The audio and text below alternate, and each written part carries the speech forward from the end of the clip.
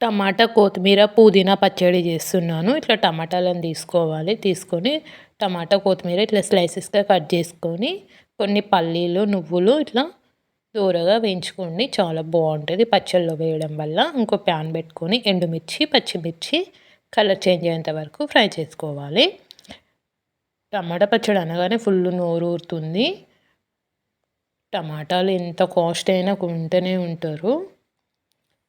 అసలు రైస్, చపాతీ, పూరి, రోటీ, ఇడ్లీ, దోశ అన్ని టిఫిన్‌లో తినొచ్చు అసలు ఈ టమాటా పచ్చడి. సైడ్ డిష్‌గా అన్నిట్లలో యూజ్ అవుతుంది. అసలు టమాటా పచ్చడి చేసాం కదా ఎవరు తింటారు అని అనుకోవద్దు. దేంట్లోనైనా వేసుకోవచ్చు కర్రీస్‌లలో. ఎంతో టేస్టీగా ఉంటుంది. సాఫ్ట్‌గా కుక్ తినమన్నా అయ్యేంత వరకు తింటాను ఫ్రై నేనైతే చేసుకోవాలి టమాటా పచ్చడిని. లైట్‌గా చింతపండు వేయండి. కొంచెం చింతపండు లైట్‌గా వేయడం వల్ల చింతపండు వేసుకోండి. చాలా టేస్ట్ వస్తుంది బాగుంటుంది. అన్నట్టుగా.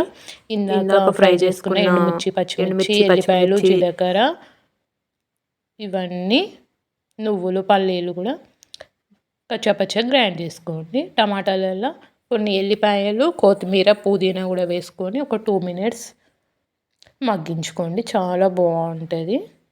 ఇలా కుక్ అవుతుంటేనే అసలు కమ్మగా స్మెల్ వస్తుంది.